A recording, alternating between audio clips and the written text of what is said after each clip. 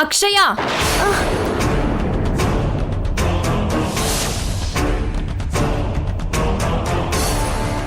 ಅಯ್ಯೋ ನೀವಿಲ್ಲಿ ಯಾಕಿದ್ದೀರಾ? ಇದ್ಯಾಕೆ ಕೊಡ್ತಿದ್ದೆ? ಯಾರು ಮಾಡಿದ್ದು ಇದೆಲ್ಲ? ಅದು ಆಂಟಿ ಮತ್ತೆ ಅಕ್ಷಯ ತೆಗ್ದಿದ್ದಮ್ಮ.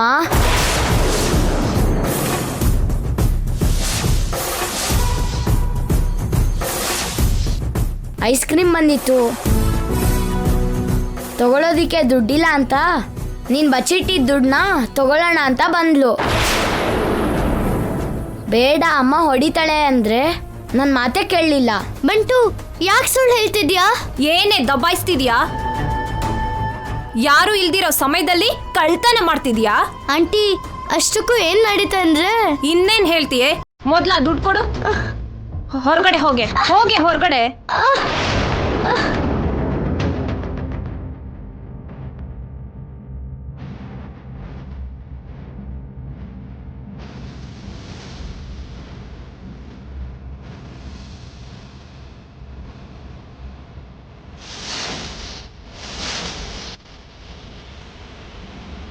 ರೇಯ್, ಅವಳ ಜೊತೆ ಜಾಸ್ತಿ ಸ್ನೇಹ ಬೆಳೆಸ್ಬೇಡ ಅಂತ ಇದಕ್ಕೆ ಹೇಳೋದು.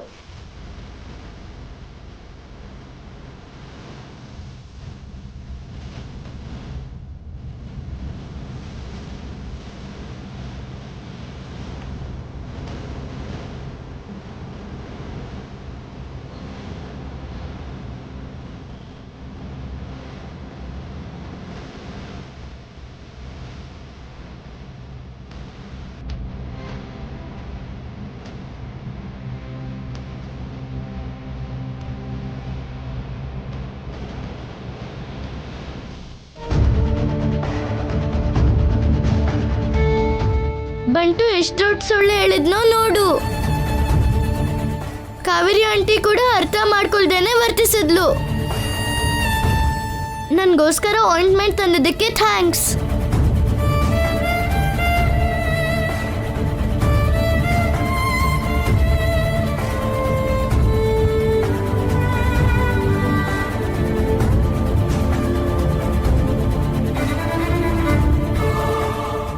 ಏನಾಗಲ್ಲ ಬಿಡು, ಅಳ್ಬೇಡ. ಈ ವಿಷಯ ಅಜ್ಜಿ ತಾತಂಗ್ ಗೊತ್ತಾದ್ರೆ ಬೇಜಾರ್ ಮಾಡ್ಕೋತಾರೆ. ನಾನು ಹೇಳಲ್ಲ, ನೀನು ಹೇಳ್ಬೇಡ, ಸರಿನಾ?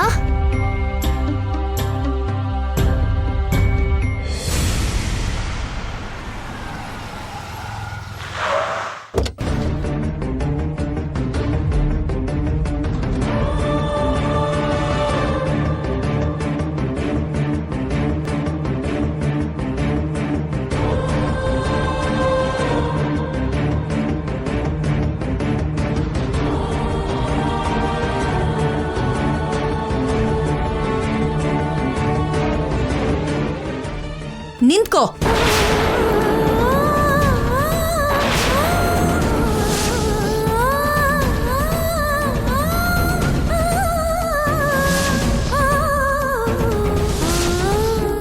ದಾರಿ ತಪ್ಪಿ ಬಂದಿದ್ಯಾ? ಅಷ್ಟಕ್ಕೂ ನಿಮಗೂ ನಮಗೂ ಸಂಬಂಧ ಏನು? ಯಾಕೆ ಬಂದಿದ್ಯಾ? ಅವನಿ ಹತ್ರ ಮಾತಾಡ್ಬೇಕು. ಏನ್ ಮಾತಾಡ್ತೀಯಾ? 5 ವರ್ಷಗಳಾದ ಮೇಲೆ ಅವನಿ ಹತ್ರ ನಿನಗ್ ಕೆಲ್ಸ ಬಂತ? ನಿನ್ ಮನೇಲಿ ಯಾವ್ದೋ ಒಂದ್ ಕಷ್ಟ ಬಂದಿರತ್ತೆ ಅಂತ ನೀನ್ ನನ್ ಮನೇನ್ ಹೊಡ್ಕೊಂಡ್ ಬಂದಿರ್ತೀಯ. ಇಲ್ಲ ಅಂದ್ರೆ ಇಷ್ಟು ವರ್ಷ ಆದ್ಮೇಲೆ ನಮ್ಮನೆಗೆ ಯಾಕೆ ಬರ್ತೀಯ? ನೀವು ಸ್ವಾರ್ಥಿ ಮನುಷ್ಯರು, ಅವಕಾಶವಾದಿಗಳು, ನಂಬಿಕೆ ದ್ರೋಹಿಗಳು, ದುಷ್ಟರು. ಸುಜಾತ, ಅನವಶ್ಯಕವಾಗಿ ಏನೇನೋ ಮಾತಾಡಬೇಡ. ಯಾಕೆ ಬಂದಿದ್ದಾರೋ ಏನೋ, ಮೊದಲು ಅದನ್ನು ಕೇಳು. ದಯವಿಟ್ಟು ಈ ವಿಷಯದಲ್ಲಿ ನೀವೇನೋ ಮಾತಾಡಕ್ ಹೋಗ್ಬೇಡಿ. ಅವನಿ ಹತ್ರ ಮಾತಾಡ್ಬೇಕು ಸುಜಾತ. ನನ್ನ ನೋವನ್ನೆಲ್ಲ ಹೇಳ್ಕೋಬೇಕು. ಅವಳ ಹತ್ರ ನನ್ನ ತಪ್ಪುಗಳನ್ನೆಲ್ಲ ಒಪ್ಕೋಬೇಕು. ಅವನಿನ ಕರಿತೀಯಾ? ಅವಳ ಜೊತೆ ಏನ್ ಮಾತಾಡ್ತೀಯಾ? ಅವಳಷ್ಟಕ್ಕೂ ನಿನಗೆ ಏನಾಗ್ತಾಳೆ ಅಂತ ಬಂದಿದ್ಯಾ? ಯಾವ ಮುಖ ಇಟ್ಕೊಂಡು ಬಂದಿದ್ಯಾ? ಅಷ್ಟಕ್ಕೂ ನಿಮಗೆ ಬುದ್ಧಿ ಇದೆಯಾ? ಸುಜಾತ, ಏನೋ ನೋವು ಹೇಳ್ಕೋಬೇಕು ಅಂತಿದ್ದಾರೆ. ಒಳಗಡೆ ಬರೋಕ್ ಬಿಡು. ಎಲ್ಲ ದಿನಗಳು ಒಂದೇ ಥರ ಇರಲ್ಲ ಅಲ್ವಾ? ನಿಮ್ಮ ಕೈ ಮುಗಿತೀನಿ, ನೀವೇನೋ ಮಾತಾಡ್ಬೇಡಿ. 5 ವರ್ಷದ ನಂತರ ಬಂದು ನೋವು ಹೇಳ್ಕೋಬೇಕು ಅಂತ ಮೊಸಳೆ ಕಣ್ಣೀರ್ ಹಾಕಿದ್ರೆ ನಾನ್ ನಂಬ್ತೀನಾ ಏನೋ? ನಡೆದಿದ್ದೆಲ್ಲ ಮರ್ತು ಹೋಗೋಣ.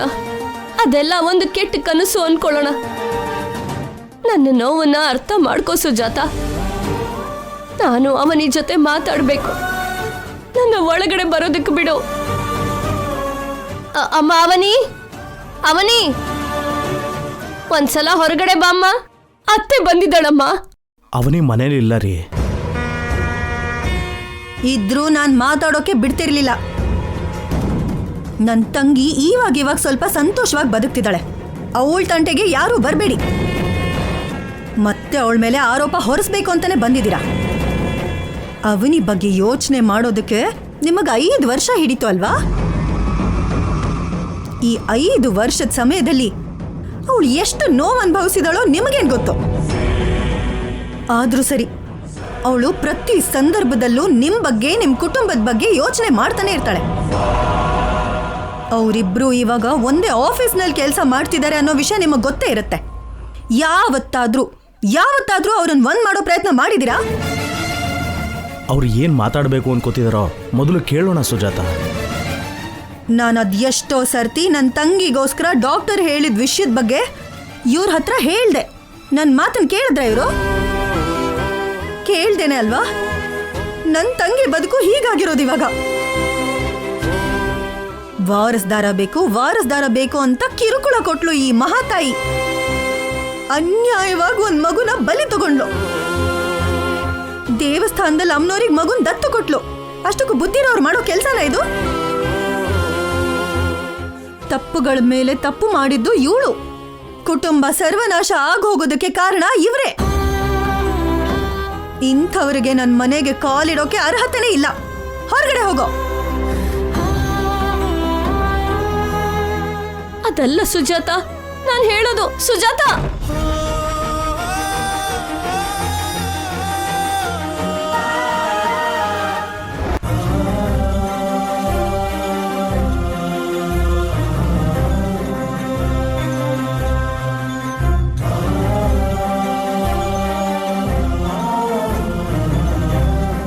ಹೋಗಿ ನಿನ್ನ ಸೊಸೆನ ನಿನ್ನ ಮನೆಗೆ ತಂದ್ಕೋ. ಅವಳು ಬರೋದ್ರಿಂದ ಎಲ್ಲ ಸಮಸ್ಯೆಗಳು ಪರಿಹಾರ ಆಗುತ್ತೆ. ತಪ್ಪುಗಳ ಮೇಲೆ ತಪ್ಪು ಮಾಡಿದ್ದು ಇವಳು. ಕುಟುಂಬ ಸರ್ವನಾಶ ಆಗೋಗೋದಕ್ಕೆ ಕಾರಣ ಇವ್ರೆ. ಅದಲ್ಲ ಸುಜಾತ, ನಾನು ಹೇಳೋದು. ಸುಜಾತ,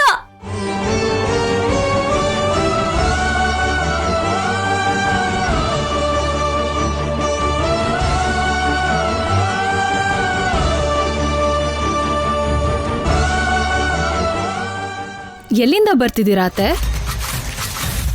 ನಾವು ಕೇಳಿದ್ರೆ ಸುಳ್ಳು ಹೇಳ್ತಾರೆ. ಅದಕ್ಕೆ ನಮಗ್ ಗೊತ್ತಿರೋ ನಿಜಾನೇ ಕೇಳೋಣ. ಸುಜಾತ ಮನೆಗೆ ಹೋಗಿ ಬಂದಿದ್ದೀರಾ ಅಲ್ವಾ?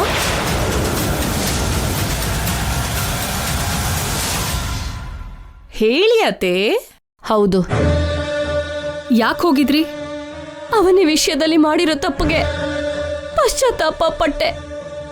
ಅದಕ್ಕೆ ಪ್ರಾಯಶ್ಚಿತ್ತ ಮಾಡ್ಕೊಳ್ಳೋಣ ಅಂತ ಹೋಗಿದ್ದೆ. ಆ ದೇವತೆ ದರ್ಶನ ಭಾಗ್ಯ ನನಗೆ ಸಿಗ್ಲಿಲ್ಲ. ಏನೋ ಆಸೆಯಿಂದ ಹೋದೆ. ನಾನು ಮಾಡಿರೋದಕ್ಕೆ ಅವನಿ ಮಾತ್ರ ನನ್ನ ಹೇಗೆ ಕ್ಷಮಿಸ್ತಾಳೆ? ನನ್ನ ಮಾತನ್ನ ಯಾಕೆ ಕೇಳ್ತಾಳೆ? ನನ್ನ ನೋವನ್ನ ಅರ್ಥ ಮಾಡ್ಕೊಳ್ಳೋ ಸ್ಥಿತಿಲಿ ಅವಳು ಇರ್ಲಿಲ್ಲ. ಅಂದ್ರೆ ಅವನಿನ ಮತ್ತೆ ಕರ್ಕೊಂಡು ಬಂದು ಮನೇಲಿ ಇಟ್ಕೋಬೇಕು ಅನ್ಕೊಂಡಿದ್ದೀರಾ? ಒಂದು ವೇಳೆ ನಾನು ಹಾಗೆ ಮಾಡಿದ್ರೆ ಅದು ತಪ್ಪಾ?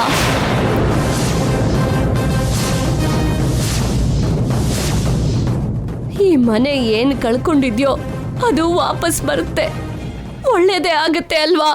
ನಿಮ್ ಬುದ್ಧಿನೇ ಹೀಗೆ. ಅಗತ್ಯಕ್ಕೋಸ್ಕರ ನಿಮ್ ತೀರ್ಪನ್ನ, ನಿರ್ಧಾರನ ಬದಲಾಯಿಸ್ತೀರಾ.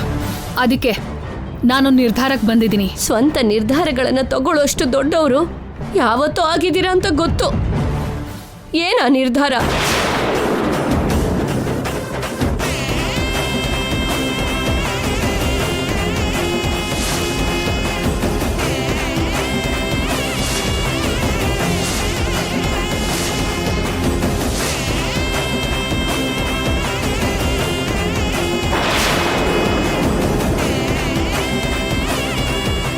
ಇಡೀ ಹಾಲು ನಿಶಬ್ದವಾಗಿದ್ರು ಎಲ್ಲರೂ ಇಲ್ಲೇ ಇದ್ದಾರೆ ಅಂತ ಅರ್ಥ ಆಗ್ತಿದೆ. ಹೌದಲ್ವಾ ವಸಂತ? ಹೌದು ರೀ. ಆ ಬೇಟೆ ಆಡೋಕ್ಕೂ ಮುಂಚೆ ಹುಲಿ ನಿಶಬ್ದವಾಗಿರುತ್ತೆ ನೋಡು, ಹಾಗಿದೆ. ಏನಿದು? ನಮಗೆ ಸಂಬಂಧಿಸಿದ ಆಸ್ತಿಗಳ ವಿವರ. ನಮಗೆ ಎಲ್ಲೆಲ್ಲಿ ಏನೇನು ಆಸ್ತಿ ಇದೆಯೋ ಅದಕ್ಕೆ ಸಂಬಂಧಪಟ್ಟಿರೋ ಡಾಕ್ಯುಮೆಂಟ್ಸ್.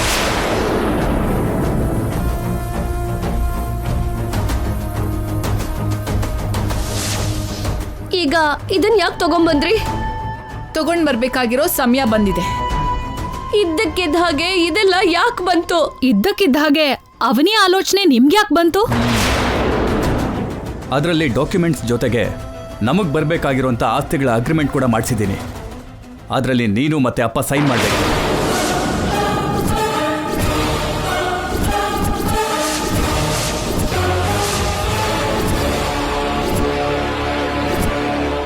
ಅವನಿ ಮತ್ತೆ ಮನೆ ಕಾಲಿಡಕ್ಕೂ ಮುಂಚೆನೆ ನಾವು ನಮ್ಮ ಆಸ್ತಿ ಜೊತೆಗೆ ಮನೆಯಿಂದ ಹೊರಗಡೆ ಹೋಗ್ತೀವಿ. ಆವಾಗ ನೀವು ಅವನಿನ ದೇವ್ರ ಮನೇಲಿ ಇಟ್ಕೊಂಡು ಪೂಜೆ ಮಾಡ್ತಿರೋ ಅಥವಾ ಮನೆ ಮಧ್ಯದಲ್ಲಿ ಅವನಿಗೆ ಗುಡಿ ಕಟ್ಟಿ ಆರಾಧನೆ ಮಾಡ್ತಿರೋ ನಿಮ್ಮಿಷ್ಟ. ನೀವು ಕೇಳ್ತಿರೋದು ಅನ್ಯಾಯ, ನೀವು ಮಾಡ್ತಿರೋದು ತಪ್ಪು. ತಪ್ಪುಗಳ ಬಗ್ಗೆ ನೀನ್ ಮಾತಾಡ್ತೀಯ ಬಾಬಾ? ಮನೆ ಅಳಿಯನಿಗೆ ಮಾತಾಡೋ ಅಧಿಕಾರ ಇಲ್ವಾ ಕೃಷ್ಣ? ನೀನೊಂಥರ ಅವಕಾಶವಾದಿ.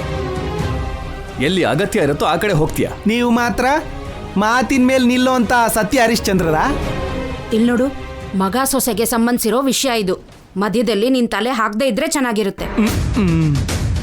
ಅವನಿನ ಮತ್ತೆ ಕರ್ಕೊಂಡ್ ಬರ್ಬೇಕು ಅಂತ ಅನ್ಕೊಂಡಿದ್ದಾರೆ. ಅದು ತಪ್ಪಲ್ವಾ ಪೃಥ್ವಿರಾಜ್ ಅವರೇ? ನಿಜವಾಗ್ಲೂ ಅದನ್ನ ನಡೆದ್ರೆ ಎಲ್ರ ತಲೆ ಮೇಲೂ ಹಾಲಿನ ಅಭಿಷೇಕ ಮಾಡ್ದಾಗುತ್ತೆ. ನಿಮಗ್ ಸಂಬಂಧ ಇಲ್ದೇ ಇರೋ ವಿಷಯ ಇದು. ನೀವ್ ಇಂಟರ್ಫಿಯರ್ ಆಗ್ಬೇಡಿ ಅಣ್ಣ. ನಾನು ಈ ಮನೆ ಅಳಿಯನಮ್ಮ, ನನ್ನ ರೈಟ್ಸು ನನಗೂ ಇರುತ್ತೆ. ಜಾಸ್ತಿ ಮಾತಾಡ್ದೆ ಅಂತಂದ್ರೆ ಹೊರಗಡೆ ದಬ್ತೀನಿ. ದೊಡ್ಡವರು ಚಿಕ್ಕವರು ಅನ್ನೋ ವ್ಯತ್ಯಾಸ ಇಲ್ಲದೆ ಏನೋ ಆ ಮಾತು. ಅಕ್ಕ, ಹಾಗಿದ್ರೆ ನಿನ್ ಗಂಡನಿಗೆ ಬಾಯಿ ಮುಚ್ಕೊಂಡು ಇರೋದಕ್ಕೆ ಹೇಳು.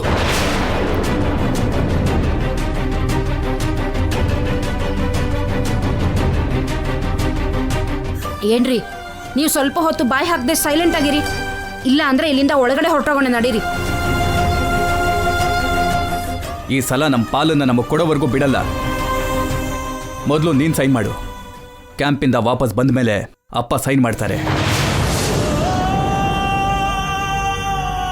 ಕೊನೆವರೆಗೂ ನಮ್ಮನ್ನ ಕಣ್ಣು ರೆಪ್ಪೆ ಹಾಗೆ ನೋಡ್ಕೊಂಡು ಕೊಳ್ಳಿ ಇಡ್ಬೇಕಾಗಿರೋ ದೊಡ್ಡ ಮಗ ಕುತ್ತಿಗೆ ಮೇಲೆ ಕತ್ತಿ ಇಟ್ಟ ಹಾಗೆ ಕೇಳ್ತಾ ಇದ್ರೆ ಆಗಬಾರ್ದು ಸಂತೋಷ ಆಗ್ತಿದೆ ಕಣೋ. ಅಮ್ಮ, ನೀನು ಇನ್ನೇನು ಮಾತಾಡಬೇಡ. ಇಲ್ಲೋಡು, ನಿನಗೆ 24 ಗಂಟೆ ಕೊಡ್ತೀವಿ. ನೀನು ಅಪ್ಪ ನಮಗೆ ಸೇರ್ಬೇಕಾಗಿರೋ ಪಾಲನ್ನ ಕೊಟ್ಬಿಡಿ. ಅವನಿ ಪುಣ್ಯದಿಂದ ನಮ್ಮ ಮನೆಗ್ ಸೇರ್ದೆ. ನೀನು ನಮಗೆ ಗಡುವು ಕೊಡ್ತಾ ಇದ್ಯಾ? ಎಷ್ಟೇ ಅನ್ಕೊಂಡ್ರು ಸಾಧ್ಯ ಇಲ್ಲ ಅತ್ತೆ. ಅವನಿ ಈ ಮನೆಗ್ ಬರೋದಾದ್ರೆ ಆಸ್ತಿ ಭಾಗ ಆಗ್ಬೇಕು ಅಷ್ಟೇ. ಸಂಬಂಧಗಳು ದೂರ ಆಗ್ಲೇಬೇಕು. ನೀವಿಬ್ರು ಈ ಮನೆಗೆ 2 ಕಣ್ಣು ಅನ್ಕೊಂಡಿದ್ದೆ. ತುಂಬಾ ಚೆನ್ನಾಗಿ ಯೋಚನೆ ಮಾಡ್ತಿದ್ದೀರಮ್ಮ. ನೀವು ಸುಮ್ಮನೆ ಸೈನ್ ಮಾಡಿದ್ರೆ ಎಲ್ಲ ಸುಲಭವಾಗಿ ನಡೆದೋಗುತ್ತೆ. ಇಲ್ಲದೆ ಹೋದ್ರೆ ಬಲವಂತವಾಗಾದ್ರೂ ಸರಿ ನಿಮ್ಮ ಹತ್ರ ಸೈನ್ ಮಾಡಿಸ್ತೀವಮ್ಮ. ಇನ್ನು ಈ ಸಲ ನಾವು ಹಿಂದೆಟ್ ಹಾಕೋದೇ ಇಲ್ಲ.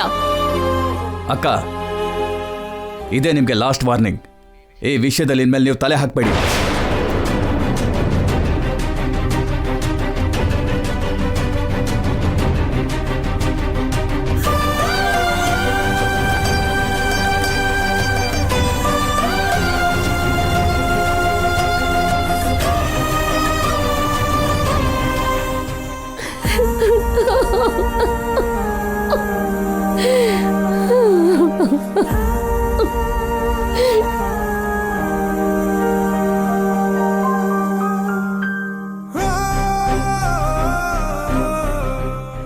ಭಗವಂತ, ಅವನ ವಿಷಯದಲ್ಲಿ ನಾನು ಮಾಡಿರೋ ತಪ್ಪಿಗೆ ನನಗೆ ಈ ಶಿಕ್ಷೆನ ಅವನಿ ಇದ್ದಿದ್ರೆ ಇಂಥದ್ದೆಲ್ಲ ಆಗದೆ ಇರೋ ಹಾಗೆ ನೋಡ್ಕೊಳ್ತಿದ್ಲು. ಅವನಿ ಇಲ್ದೇ ಇರೋ ಮನೆ ಕತ್ತಲಾಗಿದೆ, ಕತ್ತಲಾಗಿದೆ.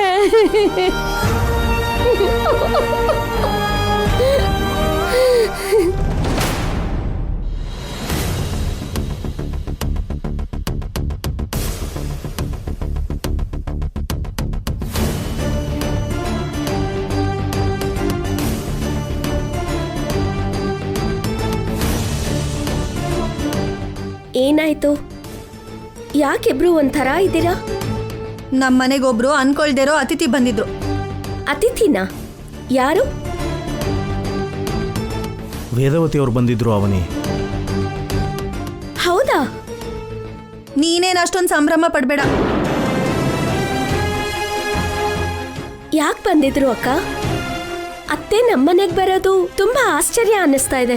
ಮನೆ ಹೊರಗಡೆನೆ ನಿಲ್ಸಿ ಬೈದ್ ಕಳಿಸ್ಬಿಟ್ಟೆ. ಕುಟುಂಬ ಸರ್ವನಾಶ ಆಗೋಗೋದಕ್ಕೆ ಕಾರಣ ಇವರೇ. ಇನ್ನು ಈ ಜನ್ಮದಲ್ಲಿ ಇಲ್ಲಿಗೆ ಬರಲ್ಲ. ಅತ್ತೆ ಯಾಕೆ ಇಲ್ಲಿಗೆ ಬಂದಿದ್ಲು ತಿಳ್ಕೊಳ್ದೇನೆ ಯಾಕೆ ಆತರ ಮಾಡ್ದೆ? ಏನ್ ತಿಳ್ಕೋಬೇಕು, ಯಾಕೆ ತಿಳ್ಕೋಬೇಕು?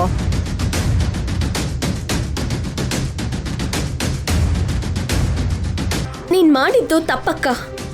ಏನ್ ತಪ್ಪೆ? ಏನ್ ತಪ್ಪು ಕಾಣಿಸ್ತು ನಿನಗೆ? ತುಂಬಾ ವರ್ಷಗಳಾದ್ಮೇಲೆ ನಮ್ಮ ಮನೆಗೆ ಬಂದಿದ್ದ ಅತ್ತೆನ ಒಳಗಡೆ ಕರೆದು ಗೌರವಿಸೋದಕ್ಕಾಗ್ಲಿಲ್ಲ. ಕನಿಷ್ಠ ಅತ್ತೆ ಏನ್ ಹೇಳ್ಬೇಕು ಅನ್ಕೊಂಡಿದ್ದಾರೆ ಕೂಡ ಕೇಳಲಿಲ್ಲ. ಅತ್ತೆಗೆ ಮಾತಾಡೋ ಅವಕಾಶ ಕೂಡ ಕೊಡ್ಲಿಲ್ಲ. ನೀನ್ ಹಾಗೆ ಮಾಡಿದ್ದು ತಪ್ಪಲ್ವಾ? ತಪ್ಪು ಅಲ್ಲ. ಅಂತವರಿಗೆ ಹೀಗೆ ಆಗ್ಬೇಕು. ಅತ್ತೆ ಎಷ್ಟು ನೋವು ಪಟ್ಕೊಂಡಿರ್ತಾರೆ. ಯಾಕೆ? ಅವಳಿಂದ ನಾವೇನ್ ನೋವು ಪಟ್ಟಿಲ್ವಾ? ಇನ್ನು ನೋವು ಪಡ್ತಾನೆ ಇದೀವಲ್ವಾ? ನೀನ್ ಅಷ್ಟೆಲ್ಲ ಮಾತಾಡಿದ್ರು ತಲೆ ತಗ್ಗಿಸ್ಕೊಂಡು ಹೊರಟೋದ್ರು ಅಂದ್ರೆ ಅವ್ರ ತಪ್ಪನ್ನ ತಿಳ್ಕೊಂಡಿದ್ದಾರೆ ಅಂತ ಅರ್ಥ. ಅತ್ತೆ ಮನಸ್ಸು ನಿಧಾನವಾಗಿ ಬದಲಾಗತ್ತೆ ಅಂತ ಇದಕ್ ಮುಂಚೆನೆ ನಾನು ಹೇಳಿದ್ದೆ ಅಲ್ವಾ? ನಿನಗನ್ನಿಸ್ದ ಹಾಗೆ ನನಗೂ ಅನ್ನಿಸ್ತು. ಸ್ವಲ್ಪ ಸಹನೆಯಿಂದ ಇರು ಸುಜಾತ ಅಂತ ಎಷ್ಟೇ ಹೇಳಿದ್ರೂ ಸುಜಾತ ನನ್ನ ಮಾತು ಕೇಳ್ದೇನೆ ಅವರನ್ನು ಕಳಿಸ್ಬಿಟ್ಲು. ವೇದವತಿಯವ್ರ ಮುಖದಲ್ಲಿ ನನಗಂತೂ ಪಶ್ಚಾತ್ತಾಪ ಕಾಣಿಸ್ತು ಅವನಿ. ಅತ್ತೆಗೆ ಹಾಗೆ ಅವಮಾನಿಸಿದ್ದು ಪದ್ಧತಿ ಅಂತ ಅನ್ನಿಸ್ಲಿಲ್ಲ ಅಕ್ಕ. ಅವಳು ಮಾಡಿರೋ ಕೆಲಸನೆಲ್ಲ ಮರ್ತೋಗಿ ಇಷ್ಟು ಚೆನ್ನಾಗಿ ಹೇಗೆ ಯೋಚನೆ ಮಾಡೋಕ್ಕಾಗ್ತಿದೆ ನಿನಗೆ? ಅವ್ರು ನಿನಗೆ ಮಾಡಿರೋ ಅನ್ಯಾಯ ನೆನೆಸ್ಕೋತಿದ್ರೆ ಅವ್ರನ್ನ ಸಾಯಿಸ್ಬೇಕು ಅನ್ನೋಷ್ಟು ಕೋಪ ಬರ್ತಿದೆ ನನಗೆ. ಅಂಥವ್ರ ಪರ ಹೇಗೆ ವಹಿಸ್ಕೊಂಡು ಬರ್ತಿದ್ಯಾ ನೀನು? ನಿನ್ಗೇನು ಕೋಪ ಬರ್ತಿಲ್ವಾ? ಏನಾಯ್ತಾ ಕೋಪ ಎಲ್ಲ? ಆವಿ ಆಗೋಯ್ತಾ? ಕೋಪಗಳು ಆವೇಶಗಳು ಸಂಬಂಧನ ಒಂದ್ ಮಾಡಲ್ಲ, ಇನ್ನೂ ದೂರ ಮಾಡುತ್ತೆ. ಪರಿಹಾರ ತೋರಿಸ್ದೇನೆ ಇನ್ನೂ ಸಮಸ್ಯೆಗಳನ್ನ ಸೃಷ್ಟಿಸತ್ತೆ. ಅತ್ತೆ ಯಾಕೆ ಬಂದಿದ್ರೋ ನಾನೇ ಹೋಗಿ ತಿಳ್ಕೊತೀನಿ.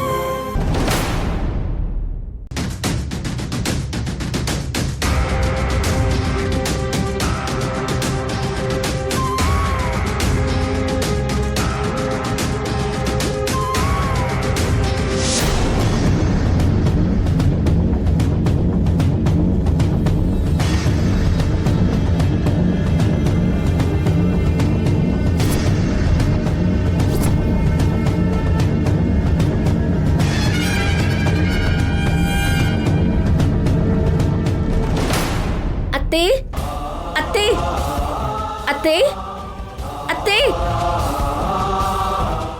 ಅವನಿ ಬಂದ್ಲಾ? ಅತ್ತೆ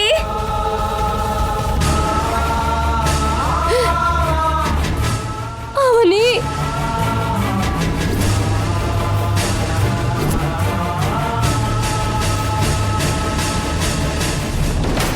ನೀವು ನನಗೋಸ್ಕರ ನಮ್ಮ ಮನೆಗೆ ಬಂದಿದ್ರಿ ಅಂತ ಅಕ್ಕ ಹೇಳಿದ್ಲು. ನೀನ್ ನನಗೋಸ್ಕರ ಬರ್ತೀಯ ಅಂತ ನನಗೆ ಗೊತ್ತು. ನೀನ್ ಇಲ್ದೇ ಇರೋ ಮನೆ ನರಕ ಆಗೋಗಿದೆ. ನಿಮ್ಮ ಮಾವಯ್ಯ ಇಲ್ದೇ ಇರೋ ಸಮಯದಲ್ಲಿ ನನ್ನ ಮಕ್ಕಳು ನನ್ನ ಸೊಸೆ ಅಂದ್ರು ಆಸ್ತಿ ಬೇಕು ಅಂತ ಬೆದರಿಸಿದ್ರು. ಎಲ್ರೂ ನನ್ನ ಮೇಲೆ ಕೋಪ ಮಾಡ್ಕೊಂಡಿದ್ದಾರೆ. ನನಗೆ ತುಂಬಾ ಭಯ ಆಗ್ತಿದ್ಯಮ್ಮ. ನೀವೇನೂ ಭಯ ಪಡ್ಬೇಡಿ, ನಾನು ಬಂದಿದ್ದೀನಲ್ವಾ, ನಾನು ಮಾತಾಡ್ತೀನಿ. ಇನ್ನು ನಾನು ನಿನ್ನ ದೂರ ಮಾಡ್ಕೊಳ್ಳಲ್ಲಮ್ಮ.